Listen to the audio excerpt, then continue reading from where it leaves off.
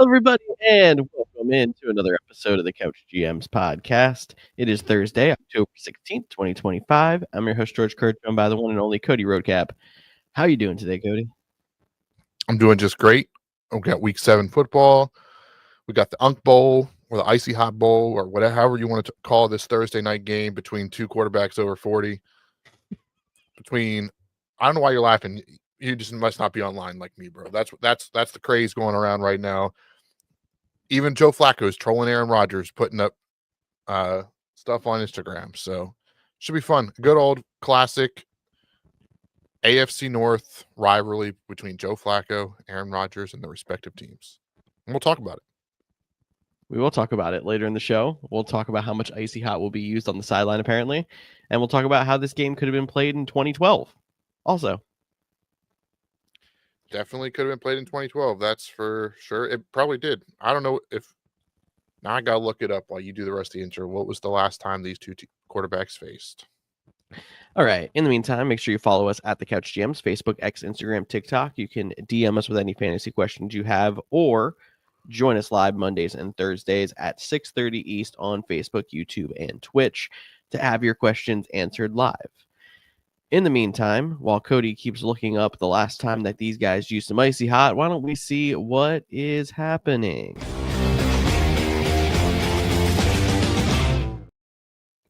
I tried to stretch that so far to make sure you could get back to the button. I was ready to go. I had the Okay, answer cool. to 2019 when the Packers played the Broncos. So it wasn't even when Flacco was on the Ravens. So we're just throwing out there. That I honestly forgot Flacco played for the Broncos even. So good. There you go. I don't think you're as excited for Aaron Rodgers and Joe Flacco on Thursday Night Football as I am. No, not really, actually. So I can understand that. all right. We're in news. Trade rumors are heating up. As a reminder, the NFL trade deadline is November 6th. I know a lot of fantasy trade deadlines are a couple weeks after that, but there's a chance there's some big names moved at the deadline that would affect a lot of fantasy teams this year. Cody put together some names that he's seen rumblings of on the Twitterverse, and not necessarily that these guys are all going to get traded. Maybe none of them will. But some names like Chris Olave, Jacoby Myers, Jalen Waddle, Jawan Jennings, Brees Hall, Alvin Kamara, Devon Achane, and Trey Hendrickson, some of the big ones there. Some of these I see more than others. Some of these I would be absolutely floored if they got moved. So is there anyone you want to bring up? I think Jacoby Myers asked for a trade at the beginning of the season. I think he's like the most likely to be moved, and he's probably the person on this list of names outside of maybe Jawan Jennings too, that is like, oh, I really hope my team gets in Chris Olave or Jalen Waddle, and they get Jacoby Myers because that's what's actually available at the deadline. I feel like each year we get more and more ignorant, but I do think in this year where it feels like everybody is either in it or out, like everyone has a shot, it just feels more wide open. I think that this could be a really active trade deadline, and the ones I'm keeping on are on the bad teams. The Brees Hall coming into a contract year, the New York Jets, they're struggling. Do they want him? Then I think you could see like the Dolphins too. Like if they're going to blow this whole thing up, are they willing to move on from some of their key guys like Waddle or Achane? Those were the two that got me the most, and their record says, yeah, maybe you want to go into sell mode, but Waddle seems like such a centerpiece to that team now that Tyreek Hill is out, and I know that they say Tyreek Hill can be back next year, and I don't know if you keep it together to try to make a run with him next year, because now he's not expecting to play that many more seasons. I forget if it was after next year, after the following, that he said he was going to retire. But even yet, Waddle's your cornerstone piece if there's no Tyreek Hill. Devon Achane has been so dominant that I find it strange to move on from him. But I mean, if they do move on from even one of them, I would expect they're trying to find an out for two of this offseason. They're going to blow the whole thing up. Yeah, that's kind of where I think that would be a sign of it too. And they're probably the two least likely just because of their age and where they're not. But again, you got to take everything that you see on the internet with a grain of salt. But the one I did see mentioned Achane specifically, but it was an Achane for Tyreek Woolen deal in Seattle. Because, Achane in Oh, the backfield with Ken Walker and Zach Charbonnet would just make all fantasy fans super excited. So, but Mike McDonald did come out today and say, we got to fix our run game. So maybe there is some truth that they're looking into running backs as well. So that's the other thing too. Like a lot of teams make calls every day, and we only hear about 3% of them of what actually is being conversations between GMs. Mike McDonald, if you want to fix your run game, stop featuring the back that's averaging 2.6 yards per carry. Sincerely, fantasy fans everywhere, free Ken Walker. Yeah, I think you're definitely right on that one. Zach I do. Charbonnet is my absolute enemy in fantasy, I feel like, this year. Well, just wait till they get Achane, and then it'll just be a 3-headed monster, and And they everyone would will go still crazy. feature Zach Charbonnet. But I actually saw, again, this isn't on trade on Twitter. Or maybe it was Reddit. I don't remember which one it was, but it was like it was after the Monday night game, and Bijan Robinson went off, but Algier actually had a really nice game too. Yeah. And someone was like, I think Mike McDonald thinks he has Tyler Algier, and he really has Zach Charbonnet. Like it was just like one of those like that's the kind of RB2 he thinks he has, and it's not played out, so to speak. I mean, he had some moments in the past, but not at all this year. No, I feel like he was more flash in the pan than a guy like Tyler Algier, or trying to think of the other dominant RB2s, and like David Montgomery. Like those guys have had more sustained success. And then Charbonnet goes off for 150 yards in a game and then disappears for the next 2 months in hibernation. So that's kind of where we're at on that one. And that's frustrating. But I think there's some interesting wide receiver pieces that could get moved. I think Breece Hall is going to be the big name that everyone's going to be keeping an eye on. How much the Jets decide to sell at the deadline, he would be the big piece. But like Chris Olave, I don't know if he gets moved, but Jacoby Myers and Juwan Jennings are two guys who have been very solid receivers and very underrated in the past. So if they go to a team that's a contender that needs a guy, they have a chance to blow up in the second half. And I think like I don't even know if it needs a guy. Like when you say Juwan Jennings, right? Like the 49ers, they're banged up to no end right now, but they have a good record. They're still going to be competing. So they're not going to give up on a guy so they're going to get like a defensive piece back. I saw floated out there, I believe it was Thibodeau, Juwan Jennings, something around that as a deal in the Giants. So yeah, San Fran needs pass rush. The Giants need a wide receiver, kind of meet in the middle. Obviously there'd be picks involved in that too, but that was the kind of the two centerpieces. And I thought that made sense. Both teams are still kind of in it, and they're getting better, but they're not blowing it up either.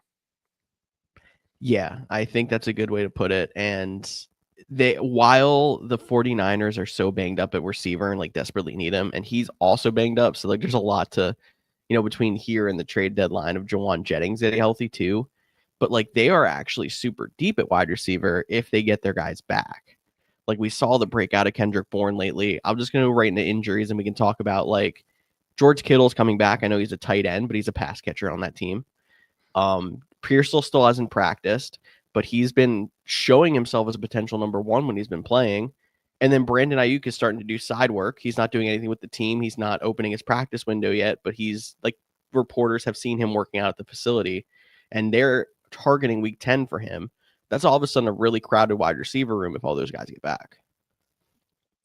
Yeah, and I think that's why there's some credence to his trade rumor as well. And then two other names I just wanted to hit on. It's worth noting Alvin Kamara has been a big name, but he has said he wants to stay in New Orleans, and if he gets traded, he'll just find somewhere to drink pina coladas, which great drink of choice, and that's really fun. And then got to mention Trey Hendrickson. He is also dealing with a little bit of an injury as well. Not expected to play in the Thursday night game, which we'll get to at the end of the show. But I just thought it was interesting that the names tied to him is the Dallas Cowboys. And after just moving on from Micah Parsons to go then trade maybe one of those picks, or maybe it's only a second or third round pick to get the older version and less athletic guy, just seems like the most Dallas Cowboy thing. And I just lost George. His internet must have cut out. So I'm going to fix the screen quick, and then I'm going to answer a fan question on. Oh, here comes George back. I don't have to. What's up? All right. My bad. So I was going to ready to transition to a fan question quick while you were figuring out. So I'll just throw that up there. Antonio over on YouTube said, would you do Bucky and Worthy for Justin Jefferson PPR? My other running backs are Henry, Judkins, and Travion. My wide receivers are Tet, AJ Brown, and Coleman, and Burden. Yes, I would do this. I know is it going to be Jamar? That's funny. Is it going to be JJ McCarthy or Carson Wentz? Is a big question from Jefferson, but Bucky's back for another week or two. Rashad White has looked, pretty good in his absence. I think take fullback over, but I actually like your running backs with Henry and Judkins better than I like your wide receivers. So I would take this deal.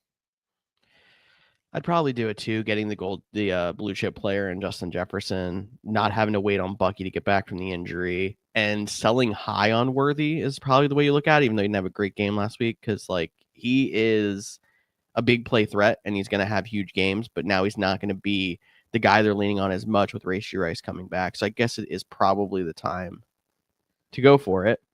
Kempy, you're hilarious. I'm going to bring up another fan question. All right. Dynasty here. Would you do Xavier Worthy a 2026 first and a 2027 third for Josh Jacobs and Dallas Goedert? Win now, hopeful team.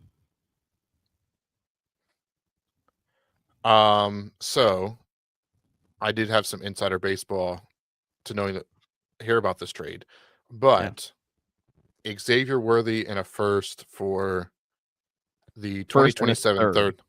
First and a third 2 years from now. Josh Jacobs, Dallas Goedert. Again, some insider baseball knowledge. The tight end position is not that valuable in the league. It's already a low league, and you don't have to play a tight end. So basic, but I think Worthy in a first is more for Josh Jacobs. I think I'd smash that trade for sure. Okay. Like I think Josh Jacobs might not be worth Worthy in a first. All right. Georgia is the other team, and that's why he's not giving any for anyone listening back at home. Yeah, no, I'm not giving any advice on that one. And I have another trade that is probably more valuable for Josh Jacobs, which is why he's been kind of going back and forth here. But there's the inside of our trade negotiations in our Dynasty League for you all here on the show. Back to injuries. Continuing with the 49ers, Brock Purdy was limited participant in practice and, quote, more limited than Mac Jones. We don't exactly know what that means, but it kind of sounds like they're leaning towards playing Mac Jones this week and having Brock Purdy as the backup is kind of what it's sounding like. Yeah, I think Brock Purdy's out this. I think it'll be emergency third quarterback maybe or something. Yeah, I just think you have to, play it safe with Brock Purdy. He missed some time. Jones has done more than he's played well enough in relief, so I expect another week of him. Yeah, and we'll see obviously where the other pieces go if they get Kittle back this week, if Pearsall is able to log practice on Friday, and we'll talk more about some of those guys later in the show. Going to Arizona. Kyler Murray is practicing limited today, but they said with the scout team. So we're kind of expecting a Jacoby Brissett game there again this week for them. And Marvin Harrison had the no contact jersey on. He was a limited participant with the concussion, but normally that means they're in the last step of protocol. And if he doesn't have any symptoms tomorrow, he may be cleared. Yes. I expect Marvin Harrison second. I expect it to be Kyler Murray this week, or not this week, Jacoby Brissett again. The Cardinals have their bye week next week, so it just feel like they're going to say, hey, we're going to hold you out one more week because his Liz Frank injury is a high risk of re-injury or making it worse. So give him the extra week, give him the bye week. They play Jacoby Brissett. The reason why I'm not willing to just say lock it in is the Cardinals out 2-0 and last 4 games by a combined total of 9 points. So they are reeling, and can they afford to lose another game? Like, do they need their best player out there to try to push through it? But the end, they play it and gets the start. Moving on to all the receivers that are injured. I'm going to start with CeeDee Lamb. He was a limited participant in practice on Thursday, and he is expected to go. He actually said in a press conference today that he thinks he could have went last week, but the coaching staff wanted to keep him out for one more week to make sure there was no re-injury occurring. Yeah, I think that and him being back slightly decreases the value of George Pickens. But I think George Pickens can still be in every starting wide. I think Prescott is capable of supporting 2 top-end wide receivers. I don't think you're going to get Keith, the wide receiver that starts his last name F that I can ever that trying to potentially flex. Jake Ferguson touchdown again last week, but I would with the 2 start receivers, Javonte Williams, if I'm playing Cowboys, and Dak, I guess. And Dak, I guess. Yeah, I think I'm with you on that one. Rams news, Puka Nacua still has not practiced, and I would expect him not to go, especially because they have their bye next week. So big boost for Devontae Adams, and I'm not personally going anywhere else on that team otherwise. I mean, at receiver. Yep, I'm with you at the receiver position. I am not going with anyone but Devontae Adams. I'm not trying to get fancy with a Tutu Atwell. It's across the Or pond. Jordan Whittington. For Jordan, they didn't look that great last week against a banged up Raven, only put 17 points. So I'm going to go with that. I'm going to place third this week, but I would play Devontae Adams. And then in New York, we're looking at Garrett Wilson still hasn't participated in practice. I would expect him to be out. Honestly, earlier in the week, they expected to be out multiple weeks. So I'd be absolutely shocked if he goes. Yeah, I would agree with you. And he was a guy that I considered putting on the trade list because I've heard links but I think that record he's a big contract this season. I don't know. Garrett Wilson getting moved to be a fun name. Although I did see, I think Orlowski said on ESPN, Steelers should about Wilson. I'm sure Wilson ended on the best to make that call. Emeka Ibuka, he is a DNP on Thursday with his, I believe, his hamstring injury. Don't expect him to be back, but Mike Evans, limited participant in practice, he is expected to come back. So at least they're going to have one of their top 3 wide receivers going this week, while they still don't have Bucky, and they're not going to have Chris Godwin either.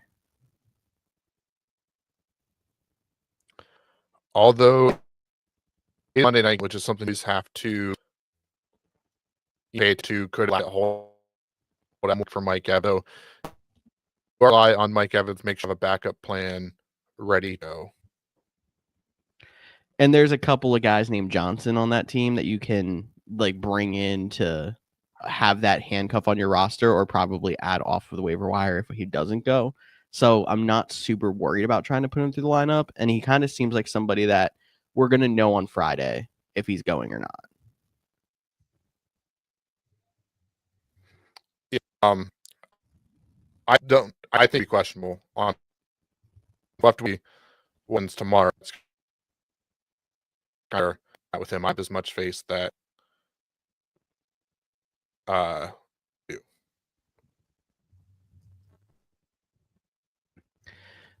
moving to just a couple other notes here. I have still not practicing for Terry McLaurin. I'm surprised they didn't put him on injured reserve at this point, because he does not seem like he's close to coming back still. Maybe next week we'll see, but I'm not expecting him this week. And then I wanted to tee you up for Chuba Hubbard here while I know I'm having a technical issue. So I'm going to try to refresh my page here. But Chuba Hubbard's expected to be back. What kind of split do you think it's going to be like between him and Rico Dowdle after Rico Dowdle has broken out the last few weeks?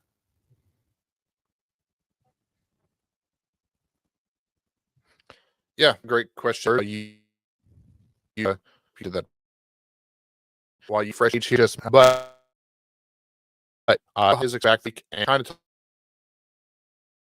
about this on data. But I expect to Green quote that role. I thought it involved Dallas, so but I can say 30 super key player. He's in a close 40. You can play first half, so I can shoot, but out. Just can't win off where it's a little bit, a slow hover. But okay, that would game. Maybe both weeks kind of really under. And as George just to team, personally a tough sure as the him and Dallas has been a fun game for them. It's pretty much the injury here. I'm going to stop.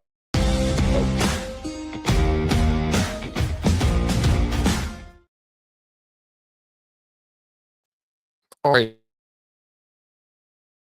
Starts the pass. And with food. Right. A lot. He's conditioning better. We all so already with the way that Stu joined here, so that getting come back from I have fucking vote use where we take one I guess I talk with people. So now we're so and with hard correct. And there's a more the whole back to him change it. So think be in your okay. So then starting to I don't think for my the thing is in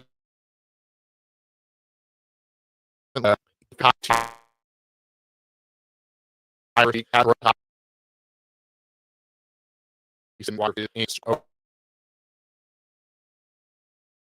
causing where I can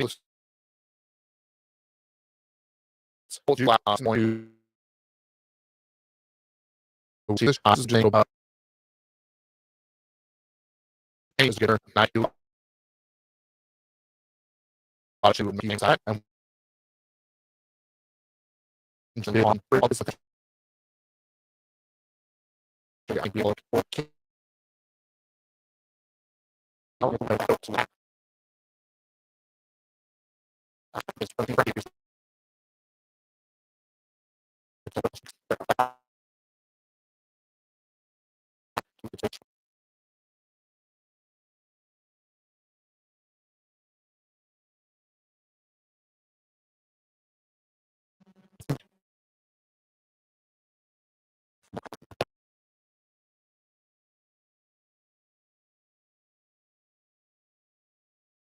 buddy.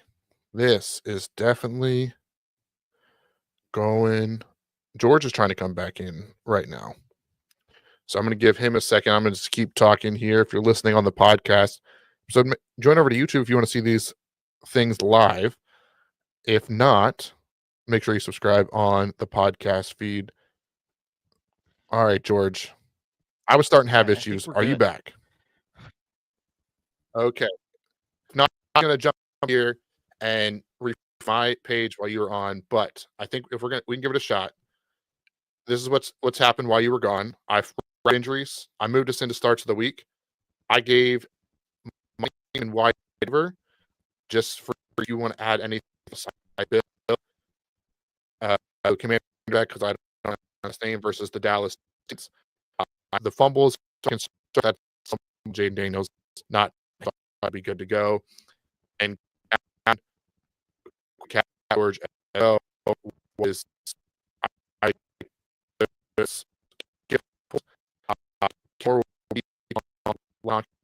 and I think it's that so.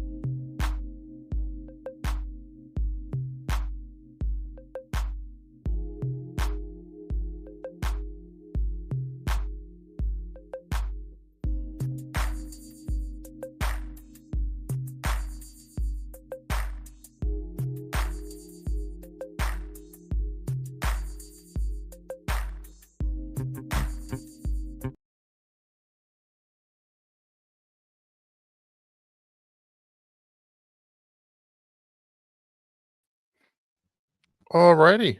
That was fun. It was a great time. Oh, Welcome buddy. back. You are so loud right now. I'm loud. You came in and scared me a little bit. Oh, my bad. We good now? I mean, you're definitely louder than you were, but I can hear you. So we're just gonna keep going with the show of technical difficulties. We both had to restart our computers mid-show. Never has happened before. I can hear every third syllable you were saying. I couldn't even pretend to understand what you were saying. Yeah, that's how I felt the whole time during with you for doing the news and the trade rumors. I was like, I think he said that. All right, I'm gonna go with that. But while you were restarting, I did go through my starts of the week. I have Bill, Keenan Allen, and David Montgomery. If you want to pick it up with yours while I still get myself situated, and I'll just throw some feedback in there, unless you want to comment on any of mine. No, I mean, I think yours are good. I had Bill last week. I think he keeps it rolling against Dallas. Keenan Allen has been a little bit of a disappointment over the last few weeks after the solid start he had. And while I think we are starting to get the Lad McConkey back that we hoped we would have, Keenan Allen's still going to be a solid target. And then David Montgomery, most weeks he's good in your flex spot. I think that was a good thing to spotlight him on here in this one. My starts of the week, I'll start at running back. I have J.K. Dobbins. And I think everybody in that Broncos and Jets game across the pond last week was just disappointing. That game was horrible. But I completely expect J.K. Dobbins to be able to bounce it back this week.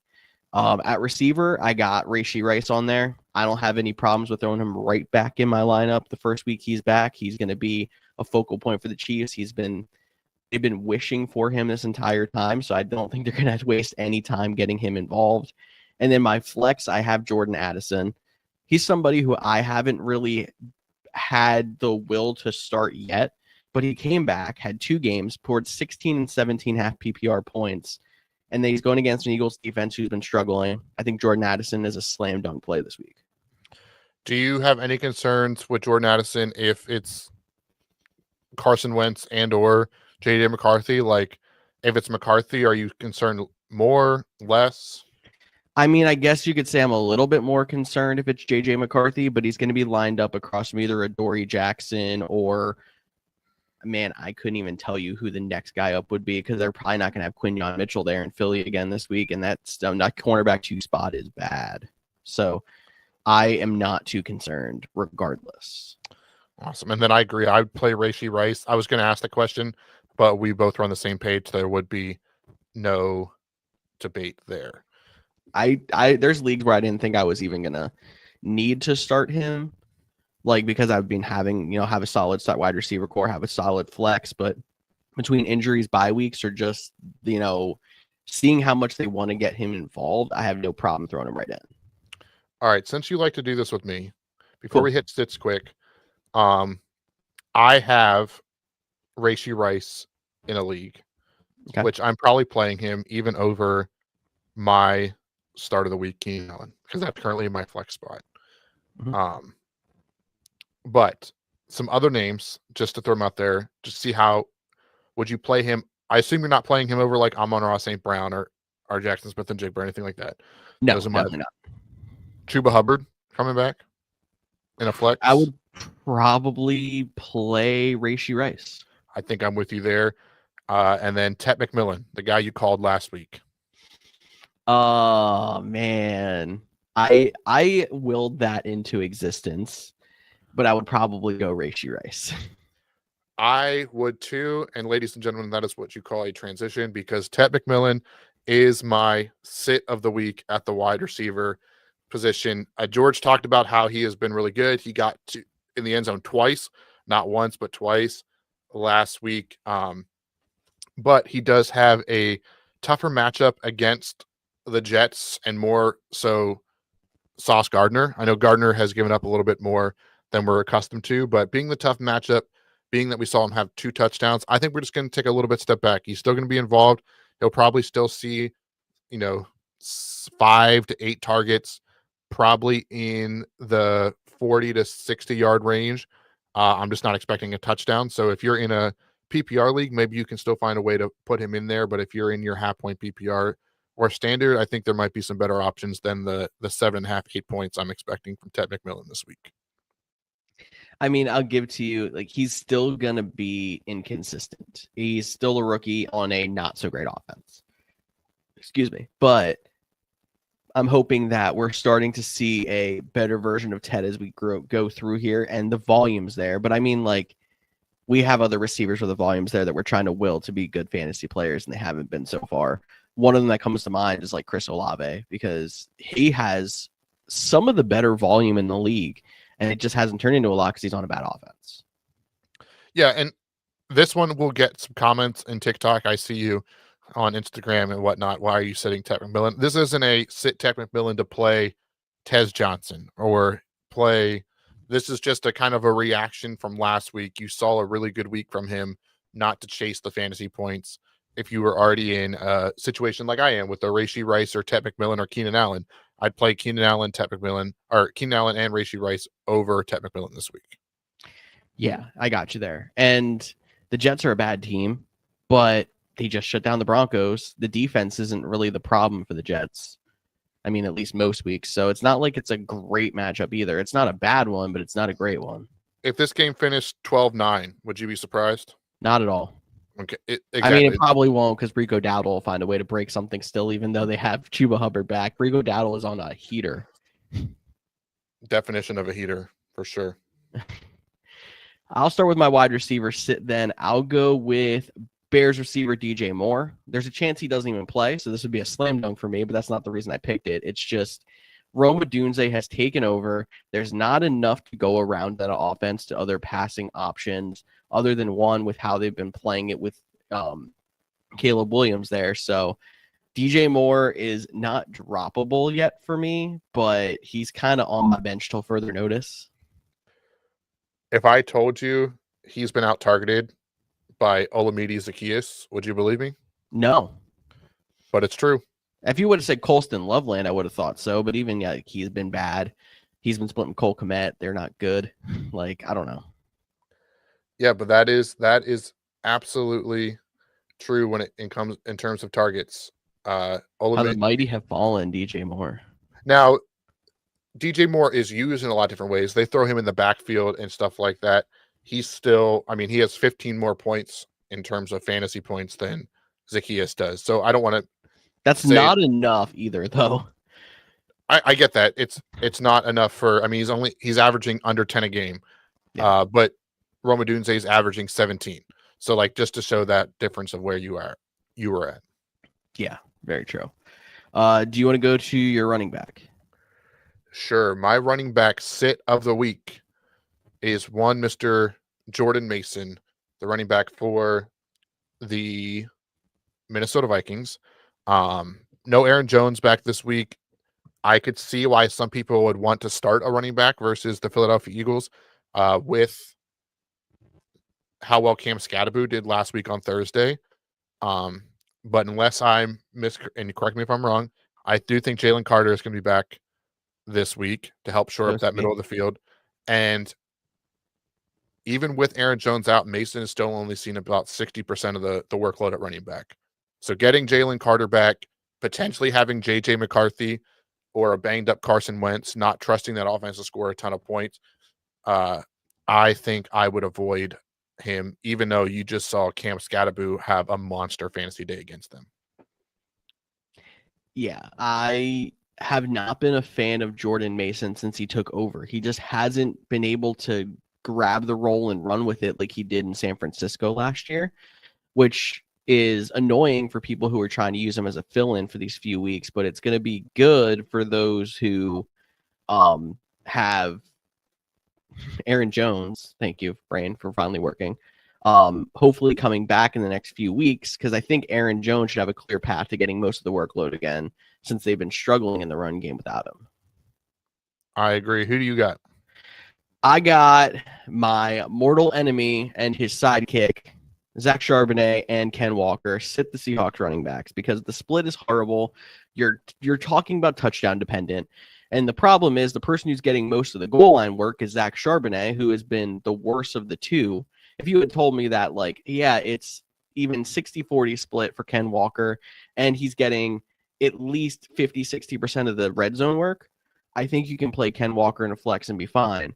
But with the way it's going, it's 50-50, and Charbonnet's getting 80-90% of the red zone work. You don't even have a chance with Ken Walker at this point to do anything more than his, like, floor 6-7 points unless he breaks a long touchdown. Was that intentional? What? Your 6-7 joke. You didn't even realize you made it. I didn't. You're welcome.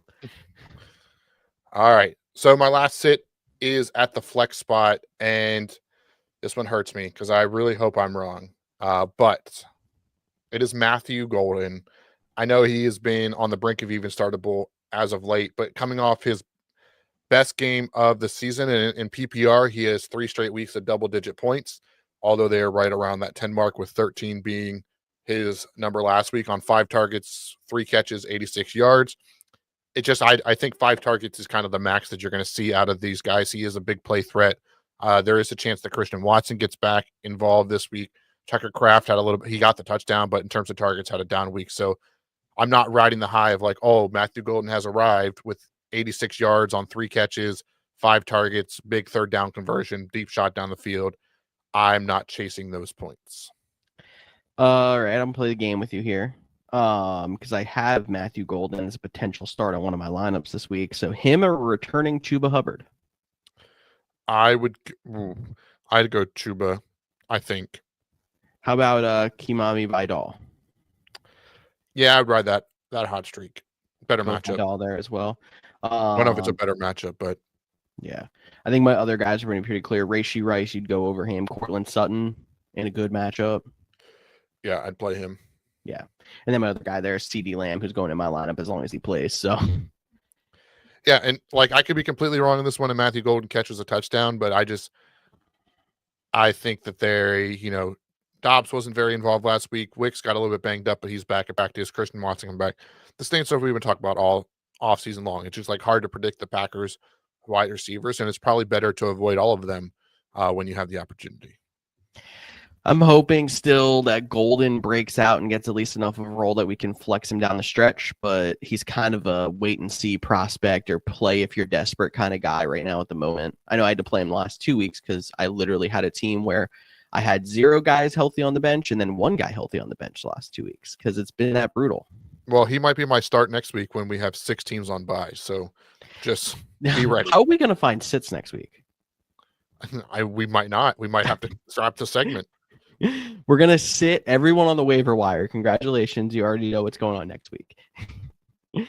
Wide receiver flex sit for me. I have a wide receiver, and it's Juwan Jennings. And it's nothing against Juwan Jennings except for the fact that he's playing with 5 broken ribs and 2 ankle sprains. So he's a limited participant in practice. They expect him to go. I think if Pearsall goes, you're playing Pearsall. And if Pearsall doesn't go, you're skipping over Jennings and playing Kendrick Bourne. I think you play Kendrick Bourne even if Pearsall goes. So I wouldn't play Jennings. That's bold, but okay. Pearsall has not shown that he can stay healthy over the last couple, and we've gotten this hoy with, oh, he might practice on Friday after not practicing all week. Even the game that he did come back and play, he left early. So I wouldn't play. The Niners, I guess, have had a history of that this year because they did the same thing with Purdy, where he came back for a week and then missed another 2, maybe 3 now. Yeah, so even if Pearsall goes, I think I still feel the best about playing Kendrick Bourne this week, especially with Mac Jones. Those two seem to have a connection. But no Jawan Jennings, because even if he's playing, he's just too banged up. For sure. You ready to do some streams of the week? Let's do it.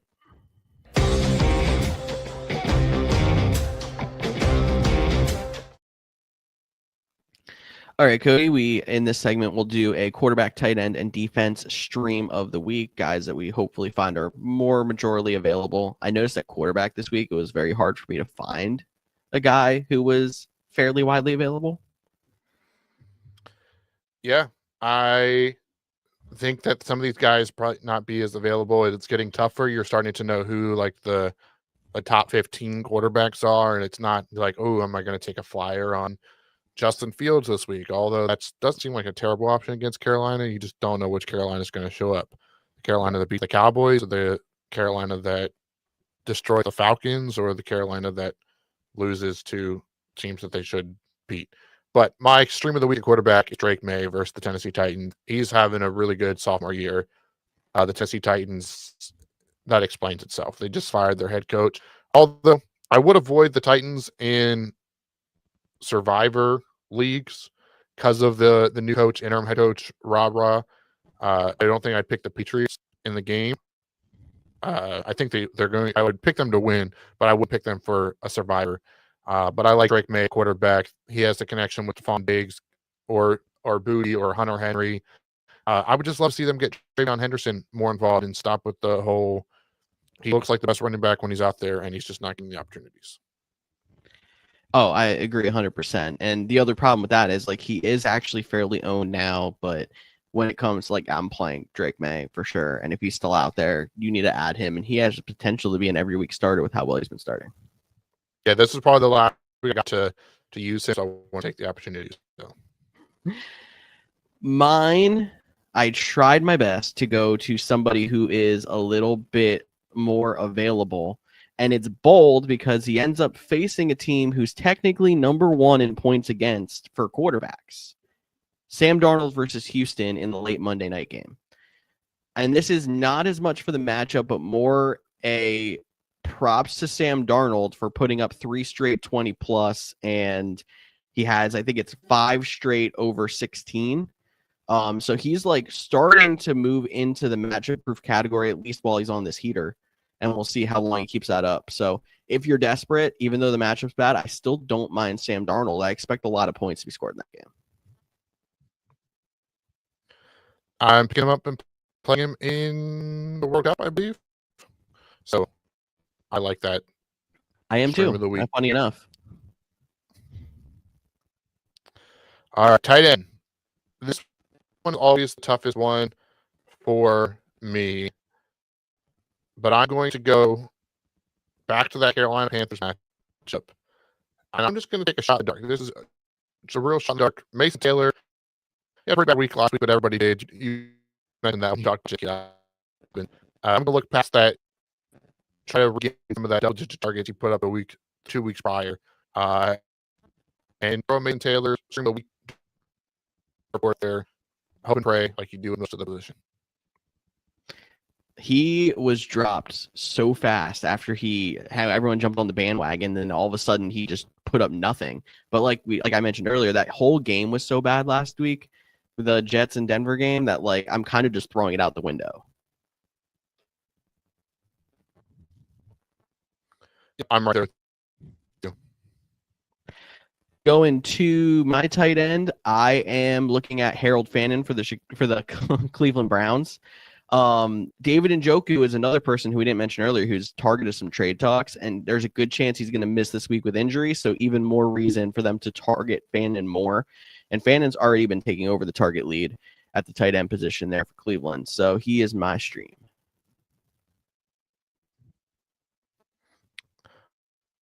I love that one. I think, I mean, as much as you can for tight end runs offense, still going to struggle to score, but he seems to be a target down there. Gabriel seems to really like him. So I like that one a lot.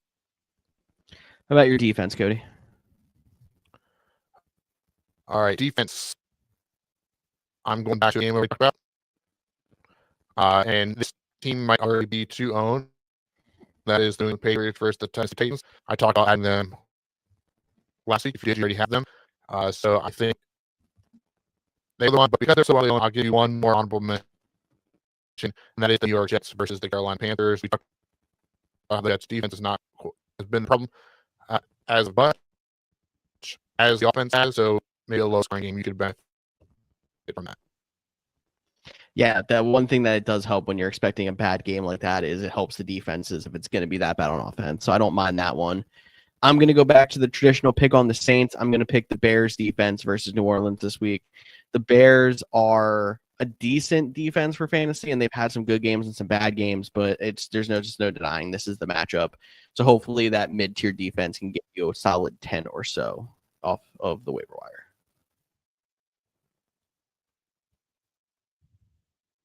Yeah, just some Bears. Scary, but they want to start with one thing, so I get that one. All right, we are almost at our hour mark. So, second, do you want to do games a week? Let's do it. Remember, there is no number for this one, so it's not the theme song in your head, but games of the week is just a way to talk about a favorite matchup of the week. And I'm going to start with the game that kicks off Sunday morning, the Los Angeles Rams heading over to London to face the Jacksonville Jaguars. Jags typically a home team, both because they are on schedule and because they play in London every year. So I think they haven't been there with but I think it'll still be a good game. I'm looking forward to this one for sure. I was shocked when I saw this was 2 4-win teams already this time of the year. Like, they've both been overperforming, and I think it's going to be a good one. My game of the week, I'm looking at the Buccaneers at the Lions. I mean, we're looking at the Lions, who right now might be the powerhouse of the NFC. And we're looking at the Bucs, who are the team that are trying to become the powerhouse of the NFC, because Baker Mayfield's on MVP watch. And even though they've had a ton of injuries, the Bucs seem like they have a chance to be the most complete team in the conference right now. So this is a good measuring stick game for them and a tough test for the Detroit Lions. And this is another night game. This is a Sunday night game. I think that is a perfect window for it, and I'm looking forward to it.